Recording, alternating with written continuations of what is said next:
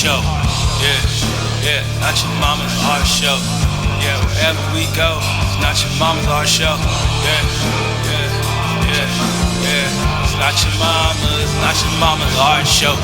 Yeah, not your mama's our show. Yeah. Your faces are now being recorded. Hooray! Damn it. I mean, what? So we go about 15 minutes, then I'll come in and stop and start the cameras again. And then you guys have to kind of keep in mind where you're at. All Okay? right, cool. I'll be listening, so I'll give you some cues. Cool. All right, you ready to go? Hey, welcome to Not Your Mama's Art Show. This is Zach Jones reporting to you live from Waco, Texas, in the middle of the second half of the election. Is the second day? I think it's the second day. Yeah, it's the Second day. Second day. Jesus, no The politics. 2020 election lasts 3 years. No Right on politics on the show. We're not going to say anything, but wow. Oh, man. Anyway, to my right is my platonic pal, Chelsea Acorn. Hello. And our guest today, he is a D&D dungeon master, he is a drink mixer, and he's just a badass friend of ours, TJ. Hello. Hey, TJ. I thought there were going to be nachos on the show. Oh, you thought wrong. Very mistaken. Do I need to hit up Daniel, get him in the kitchen over here, please. make some nachos for us? Those nachos at True yes. Love, shout out, are amazing. Oh my God. Go. I'm hungry. Yeah. Okay, so now this is a food show, not your mama's cooking show. Anyway, so today we have TJ in, and he is, as per mentioned, does dungeon master, D&D kind of stuff, Yeah. and paints D&D figurines. Yeah, miniatures. How'd you get into that? So part of being a dungeon master, kind of getting thrusted into the world of D&D, you use miniatures a lot for the actual combat and everything on a grid map. And I had a bunch of them that were not painted for a very long time. And one of my friends actually started painting them probably about 4 years ago. He was really, really talented. And then 1 year, I think it was like maybe 2017, I just bought a shit ton of paint and paintbrushes. And I was like, I'm going to learn this. And then it sat there for 6 months. And eventually, just through YouTube, learned the techniques and what you have to do to prime the minis and all that. And started painting them more on a more regular basis when the bars were shut down and I had nothing else to do, losing my mind. So I was like, hey, let me paint you, Goblin.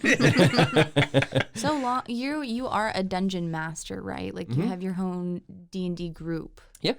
So how long have you been doing that? Like So being dungeon master? Yeah. Very first time I ever played D&D was back in 2016. 5th edition was new at the time, or at least for me. And that is an edition that like a lot of new players can get into it really easily.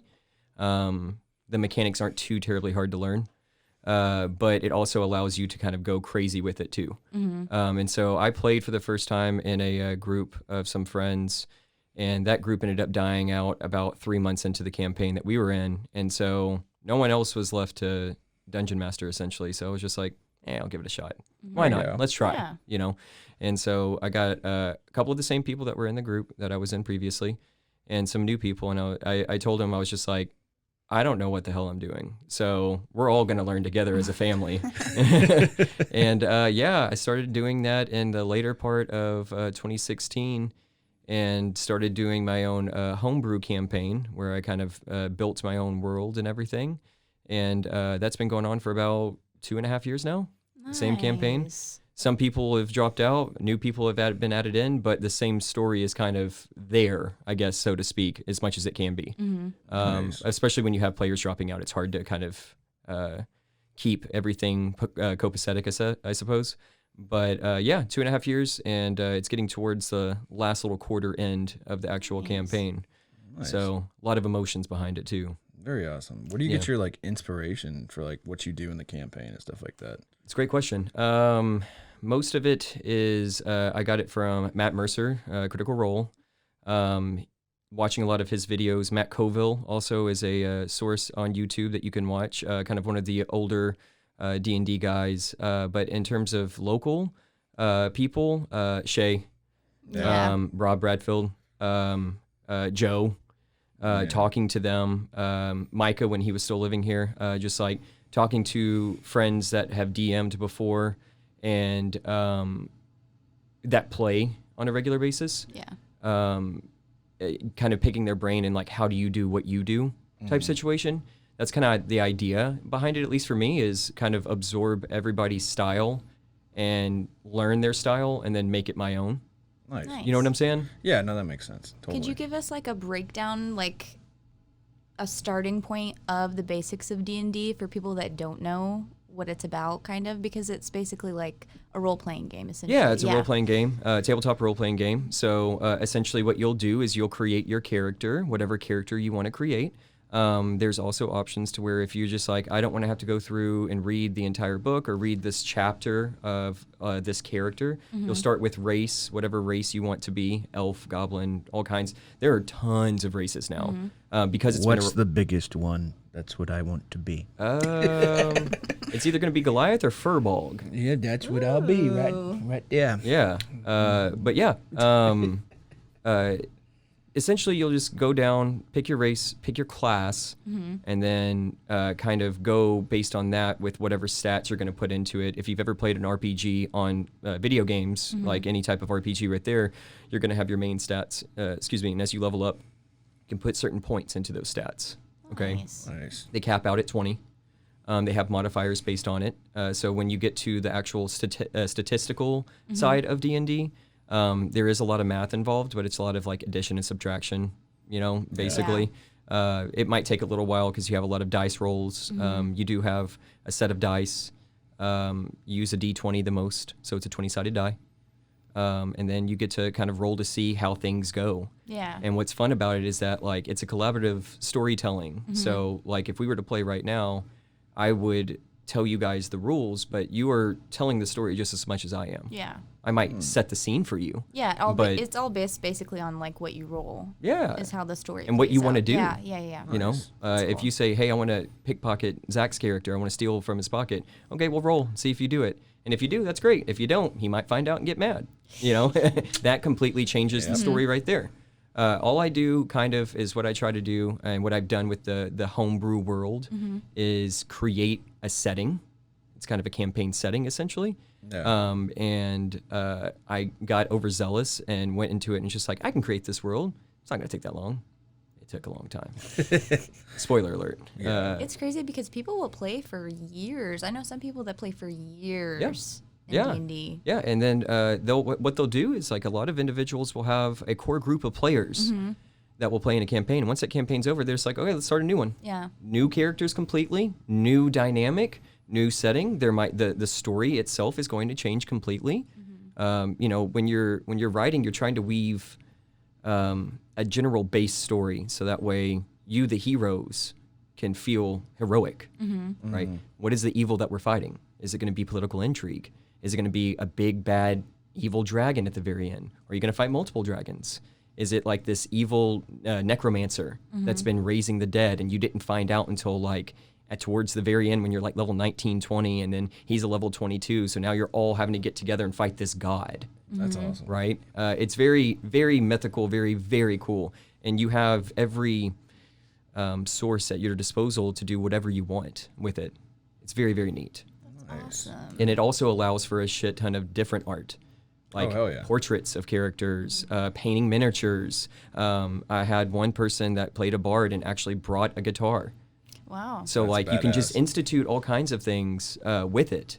Yeah. It's kind of a good medium for all kinds of variations of art. Definitely, yeah. I remember the one time I ever played D&D, all I didn't focus on it very well. I was just like, I'm a big guy, smash stuff, that's what I'm going to do. Yeah. But like what I spent most of my time doing was actually drawing all the characters that the guys were like playing, and that was fun for me. Like I liked doing that. Yeah. I was like, this is badass. I also liked playing the game itself, not to say I didn't, but like I was just like, oh yeah, I could totally see this happening and Yeah. stuff. So that was pretty cool. Well, like I mean, that. what's cool about it too is that there's a lot of podcasts that are D&D podcasts now, and because Critical Role is one of the main ones, the Adventure Zone is another popular one, and those two podcasts, did mostly audio. Critical Role did video immediately, but they've turned into comic book strips now. Oh yeah. There's comics out, and now Critical Role has a actual animated series that it's about to release.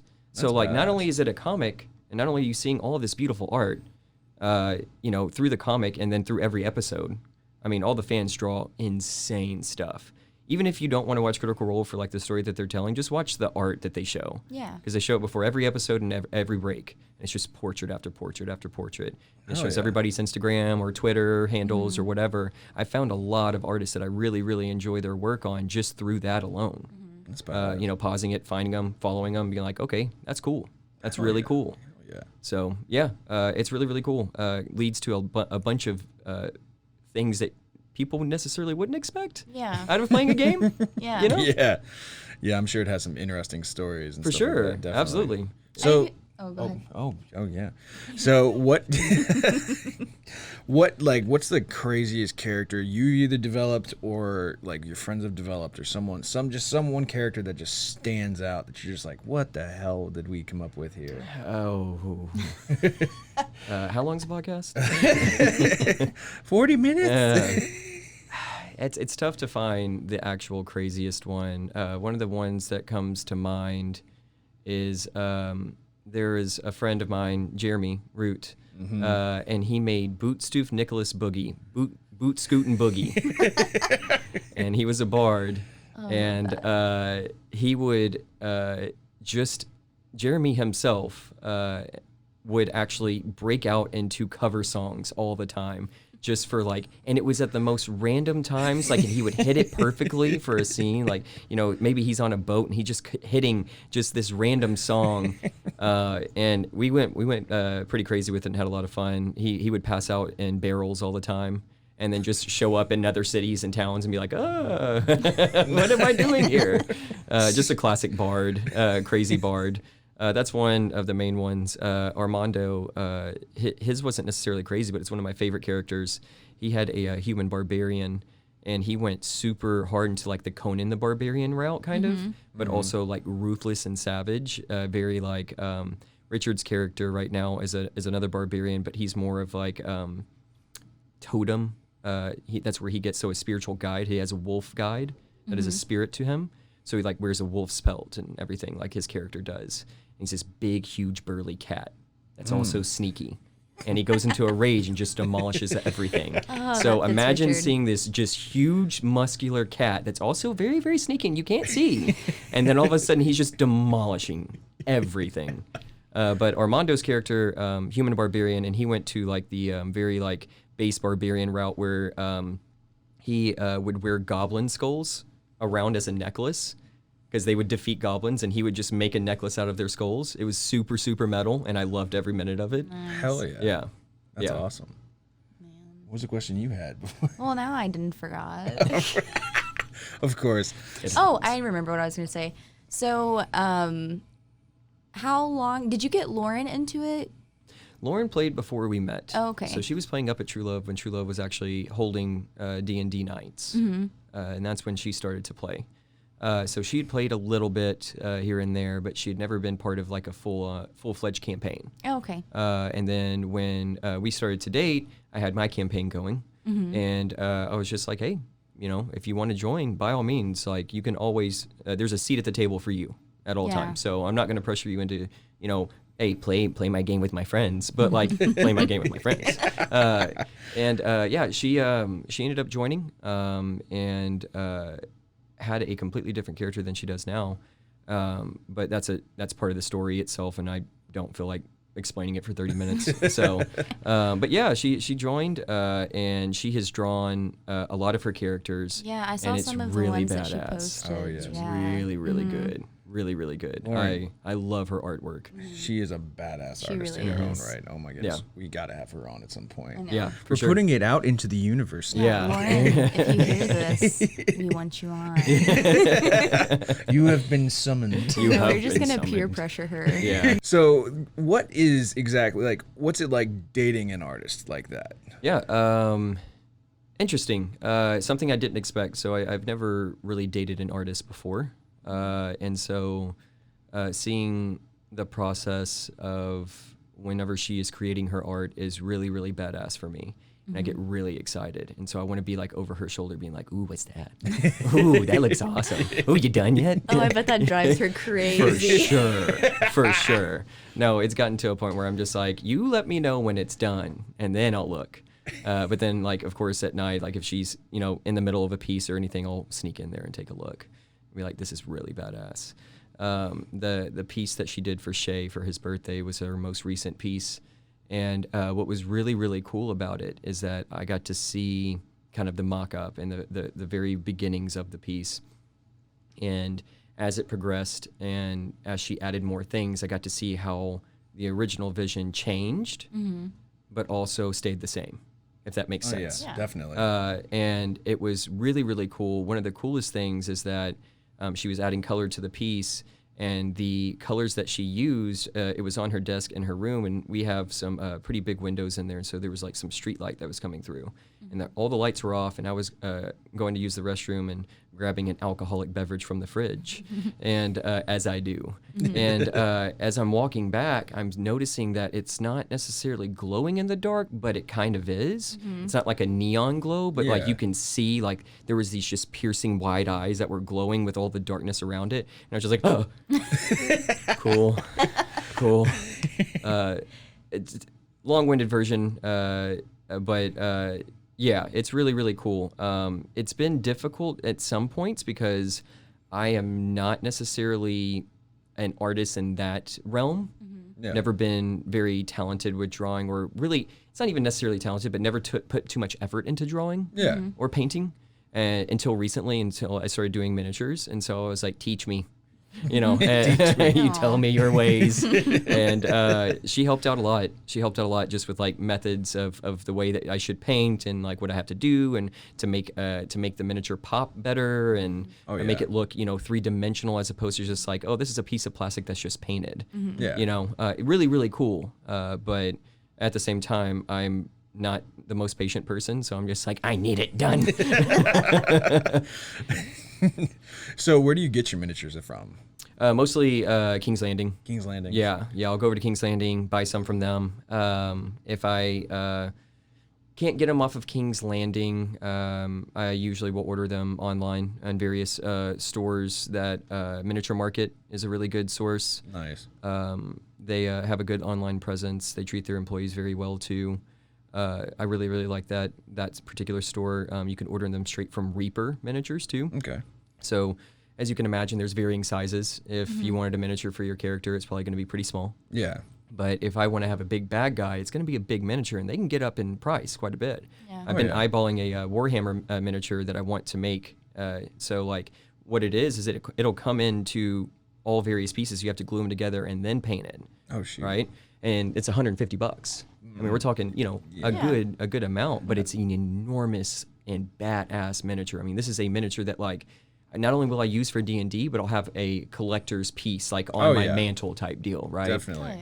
So you can order those off of Reaper or off of Warhammer's website, I suppose. I usually will, if I'm in Austin, I'll go to Dragon's Lair. Down in Austin, and go check out all of their stuff. Buy some miniatures over there. They have a really good selection over there. Definitely, yeah. So, Austin Books and Comics, shout out to that spot, because that's the spot next to that. Your stuff is the Dragon's Lair. My stuff's on the other side. Yeah, for sure. So we're still going to that same shopping complex, but it's amazing over there. I love that spot. It's like the nerd kingdom. They have a huge life-size thing of the Hulk, and oh my god, that's awesome. It's the best. Very, very cool. It is the best. Yeah, every time we go to Austin, Zach drags us over there. He's like, we've got to go to this spot. Hell yeah.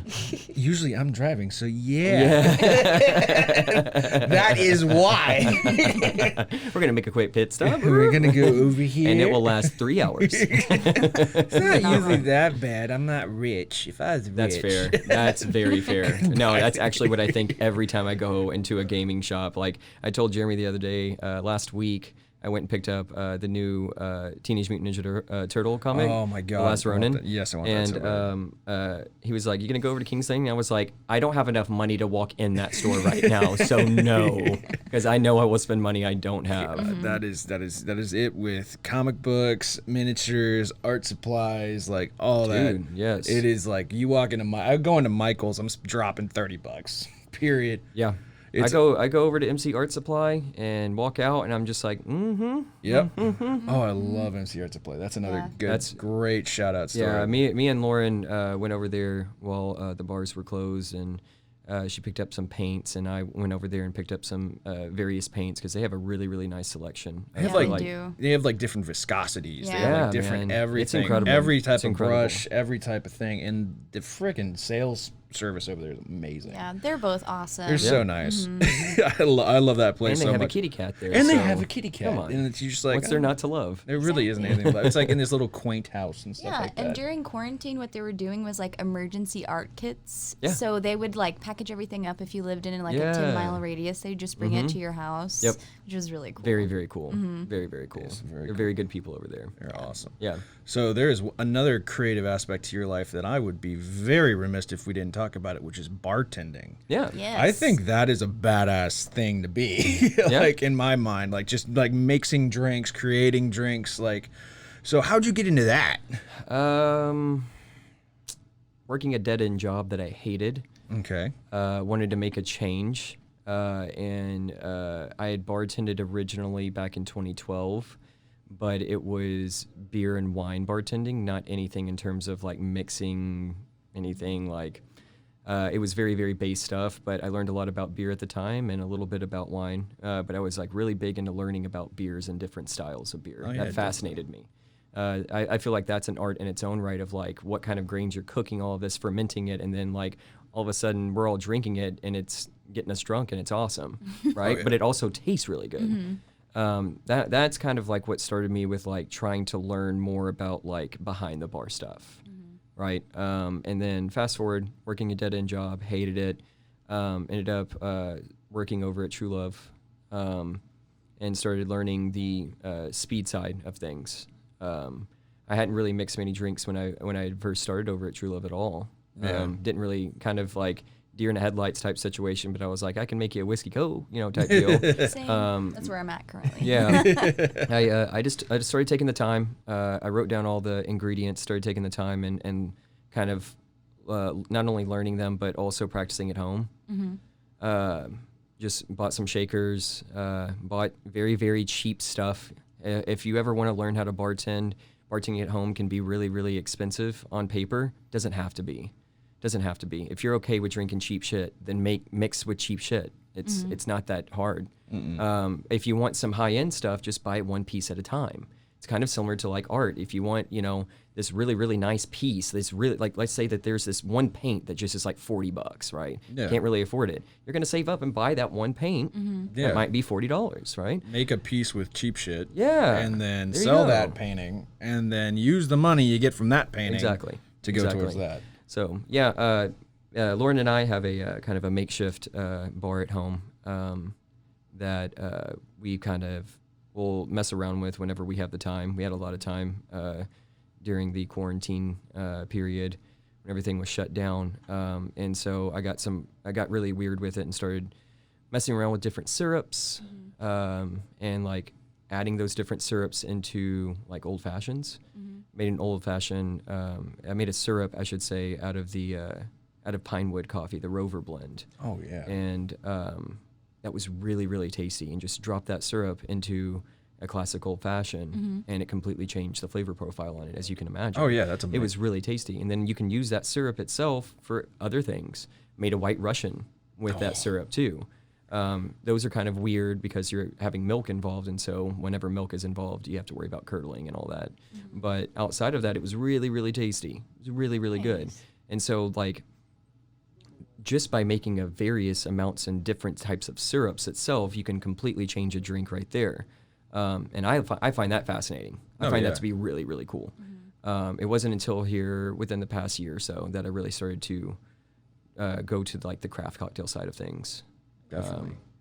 And I will say, like, one thing that really I just don't really care for is the pretentiousness out of craft cocktails.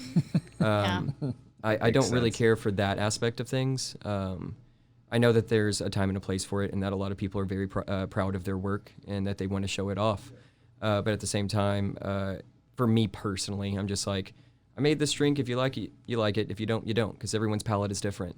Yeah. You know, I may love pepperoni pizza. You may hate it. You're wrong if you do, but still, everyone's taste is different. Some people like pineapple on pizza. Can you believe that? Yeah, that's me. It's- I love pineapple on my pizza, and I will die on that hill. That's It is fine. absolutely delicious. That's fine. As long as there is some sort of spicy element to it, Yeah. I will deal with it. I will eat Jalapenos, it. pineapple. Jalapenos, pepperoni, and pineapple has been like, that is one I will eat. I love it's that. really good. That's a good time. really We're back on food. Damn it. But yes.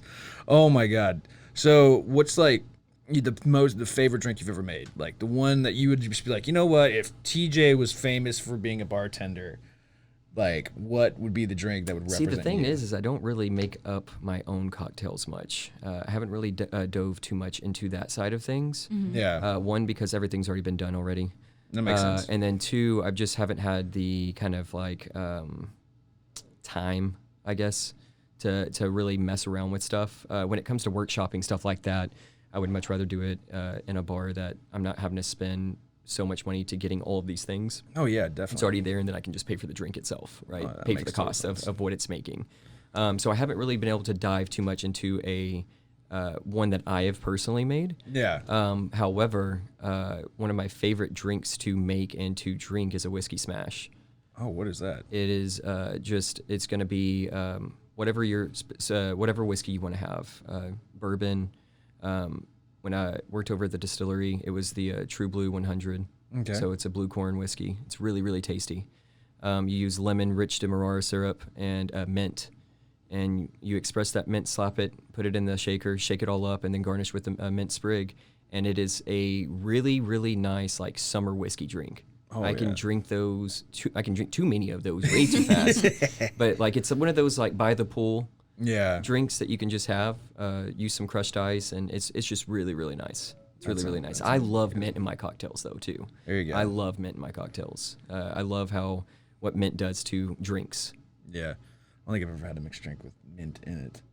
We need to change that. I've had peppermint schnapps, and that's not a fucking option anymore. That's peppermint That's an schnapps. awful idea. I'm never doing that again. My You buddy, want me to make you a cocktail with peppermint schnapps and then just like garnish it with mint? A little shot. we might not be friends anymore. Like, no. I'm gonna do that now. I'm definitely gonna do that now. No, you won't. Just won't tell him. Don't tell him. I won't. God. I'll be like, this is the worst thing ever. What is this called? The snowman? Yes, it is now. Oh, man. I don't want it to be. I don't want it to be a thing. Oh man. So yeah. So I don't know. Anything else you can think of? So, how long have you been bartending? Like, how many years? When did it start? I started bartending on a regular basis about 2 years ago. About 2 years ago? And you work like, what, 2 or 3 jobs right now, right? Work 2 now. 2? Yeah.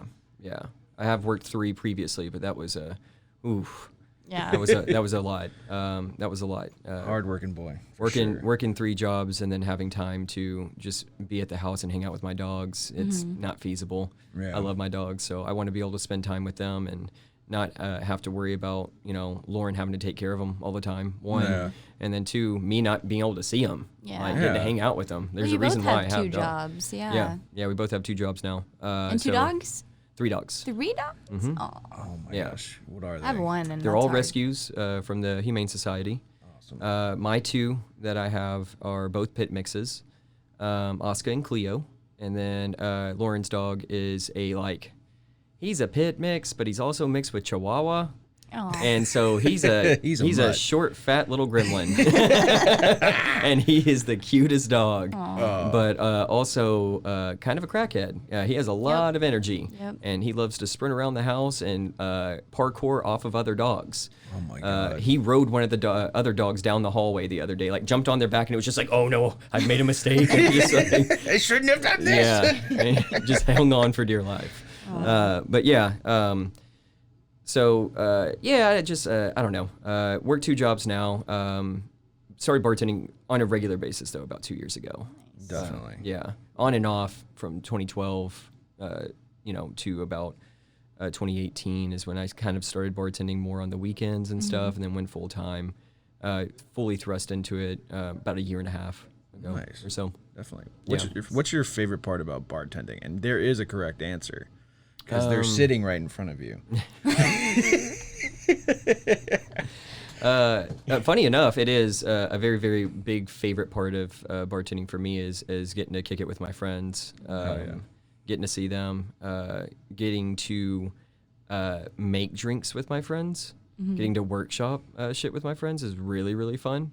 It kind of actually, there's a part of it that dives into like the D&D aspect for me, where it's a collaborative storytelling. It's like it's a group project, like we're all working together. Oh yeah. You know, in D&D, but we're all working together, also making drinks that might, one person may have not thought about before. Just kind of coming up with some weird stuff. That's a lot of fun. Cutting people off is a lot of fun too. It's a lot. It's of fun for you. It's not fun for me as the Yeah. bouncer who has to go kick him out. Yeah, I enjoy it. It can obviously get a little bit crazy sometimes, Yeah. but especially if I'm cutting off a friend, it's really fun. It's really fun. I bet that's a good time. Because then I can just mess with them. No, they're not going to be angry about it. Nah, you know what I mean? it's just messing. Like we've all been there. We've all gotten too drunk at the bar one time. Or I've never. I don't know I- what you're talking about. yeah, oh yeah, that's true. Never, not once has TJ overserved me. It's very true, actually. I'll give you that for Yeah. sure. Now, I'll do other bartenders. I'm just- I mean, if you were Yeah, drinking well, at the house, I would overserve you. oh, that's different, though. Yeah, no, that makes total. I turn into a gigantic baby. When Yeah, I'm it's really I've funny. heard. I've It's heard. really funny. just like, hey, I need. I might need to see it one day. I need water now. It's like Bobby Boucher and the like Gerber baby had it. Just like awful. I don't like it. 21st birthday was 22nd. I don't even remember what birthday it was. It was rough. Yeah. It was a rough time. Yeah. But yeah. So yeah, if we can link together everything, definitely you can go and see TJ and actually all of us at True Love because we all work there. TJ will serve you a banging drink. Chelsea will serve you a drink for sure. She's A whiskey learning. Coke, There it is. There it is. a Whiskey, gin and tonic. whiskey. Yeah. And It will be made quick, damn it. and I just might have to throw you out or let you in, just depending upon Yeah. how it goes. Just wear your mask, people. Just wear your mask. That is the biggest thing we can say right now. Is Yeah. just wear your damn mask. Especially right now. It's very important. Yeah. Things are getting back crazy again. So, Yep. Well, it's colder, unfortunately, and things are just starting to get nasty. yeah. So yeah, keep your masks on, people. It's just driving all of us crazy at the bar for sure. Yeah, it is. Even as a patron or an employee. Yeah, Yeah. It's just like, definitely. and I know it. Like people get drunk and they're just like, "Why do I have to wear this damn thing?" Like, but at the same time, it's just like you only got to do it for a little bit. Yeah. Right? Actually, I got a really good idea right now. Let's, as bar staff, also talking about drinks, why not give the people a couple things you should do going out to the bars right now? Like, just like do's and don'ts. Sanitize the shit out of your hands Yes, and wash wear a your mask. hands when you go to the bathroom. Yeah, I mean, honestly, people those don't do those are the that. two main things. Wear a mask. And also, whatever the bar's rules are, just listen to Yeah, the adhere to rules. 'em. Adhere to Yeah. the rules. Like, if you have to, like, at True Love right now, you have to sit down. Yeah. And they will come to you and serve you that way. Yeah, and like the thing is like, do all of us wish that we were not doing table service right now? You're damn right. Yeah. We would much rather have you go up to the bar and order from us, but at the same time, like, you got to do what you got to do. Exactly. You know? And it's to prevent a spread of COVID in our establishment. If one of our employees gets sick, it's going to spread, and then all of a sudden the Yeah. business is shut down. Yep. Yeah. Right? So sanitize your hands and wear your mask. Don't touch other people's drinks. Don't drink after other people. Definitely. Yeah. The alcohol does not kill COVID like that. I wish it did. Yeah, I'd be no. in the clear, man. We'd be all good. All of us would be chugging Everclear and I'd water. be so good. Just like, all right. Well, I think that's it for us, guys. Yeah. Thank you so much, Yeah. TJ, Thank you for having me. for having us, for dealing with us and letting us pick your brain about all your stuff. It was a lot of fun. Heck yeah. So we will see you guys next week, and you can catch TJ's playlist of the songs that he listens to when he does all of his creative stuff on Spotify once this podcast drops. So everyone have a good night, and I'll Hooray. see y'all later.